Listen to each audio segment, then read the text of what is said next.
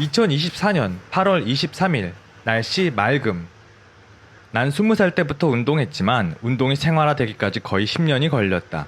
그리고 그 당시만 해도 엉망진창 운동 방법이 TV에서 나오며 다들 그런 잘못된 방법으로 운동하던 시기였기에 난 내 체형을 변화시키는데 10년이라는 시간을 사용해야 했다. 그리고 그 과정에서 허리 디스크와 척추 분리증도 생겼다.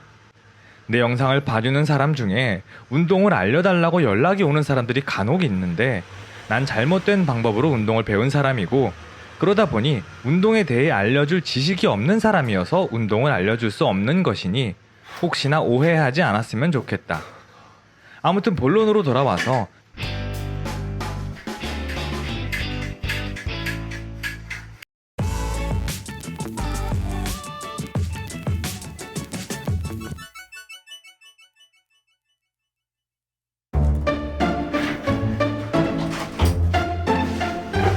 내 기억으로 나는 운동을 시작한 지 얼마 되지 않은 20대 초반에는 내가 생각해도 난 남자라는 느낌이 전혀 없었던 기억이 난다.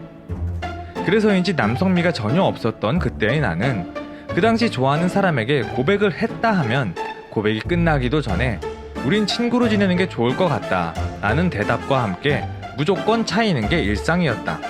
일명 고백 공격. 난 그렇게 20대 초반까지만 해도 주위 사람들에게 늘 고백 공격을 하고 다녔었고 하도 많이 차여서 어느 순간부터 차이는 것에 점점 무뎌지기 시작했던 기억이 난다. 그리고 그렇게 차이는 것에 점점 무감각해져 갈 때쯤 내 체형은 조금씩 운동형으로 변해가기 시작했었다. 그런데 그렇게 내 체형이 조금씩 변하고 나니 신기하게도 나에게 고백 공격을 받았던 사람들로부터 다시 연락이 오기 시작했다. 내가 자신에게 고백했던 일들이 기억이 나냐면서 뿌듯한 표정으로 말이다. 그러면서 그들은 자연스레 나에게 데이트 신청했었는데 예전엔 내가 지갑을 열지 않으면 만나주지도 않더니 오랜만에 만난 그들은 나에게 반갑다며 밥과 술을 사주곤 했었다. 하지만 사랑엔 타이밍이 있는 법. 슬프게도 더 이상 그들은 내 눈에 들어오지 않았었다. 그리고 그때 그들을 보며 내가 한 생각은 내가 이런 사람들을 왜 좋아했었을까였다. 내가 사람 보는 눈도 없었고 정말 눈이 낮았다는 생각과 함께 말이다.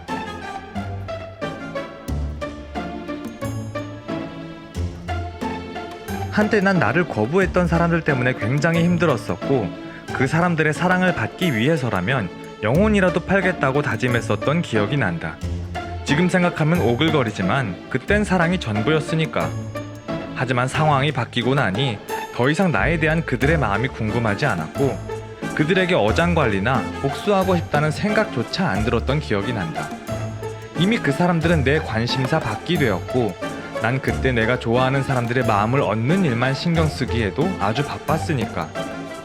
이렇게 말하고 보니 내가 연애 마스터가 된 것처럼 말하고 있는데 사실 그때나 지금이나 나는 나보다 잘난 사람들만 바라보는 나의 고집 때문에 결과적으로는 그때나 지금이나 난 여전히 차이고 다니는 신세이다. 하지만 난 나를 거부했던 사람들에게 매달리지 않고 그보다 더 잘난 사람을 찾아가는 내 상황이 만족스러워서 계속 이렇게 차이다 보면 마지막 한 명에게는 안 차이겠지 뭐 라는 지금의 가치관을 고치진 않을 것 같다.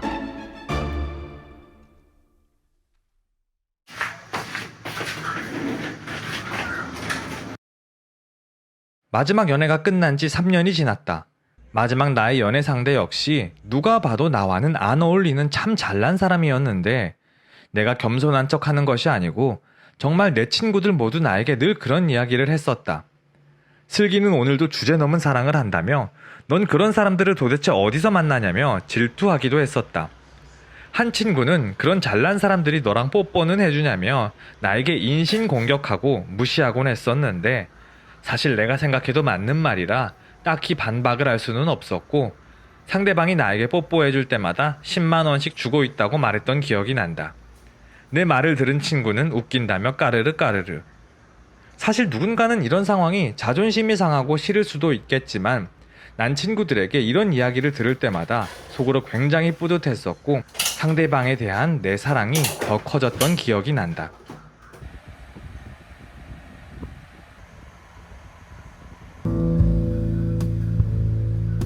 난 사랑할 때 나오는 긍정적인 에너지를 찬양하는 사람이다. 하지만 지금 내 인생에서 사랑의 순위는 꽤 뒤로 밀려난 것 같다. 어렸을 땐 형들이 나이를 먹어가며 이렇게 변해가는 걸 절대 이해 못했었는데 지금은 내가 그 나이가 되어보니 다들 이렇게 노총각이 되는 거구나 싶은 생각이 든다. 사랑은 하고 싶지만 누굴 만나는 과정은 귀찮다고 해야 할까? 분명 내가 지금 예전만큼 사랑이 절실하지 않은 건 분명한 사실인 것 같다. 아마 남자가 나이를 먹어가며 성욕이 줄어드는 현상도 지금 내 상황을 만드는데 한몫하지 않았나 싶다.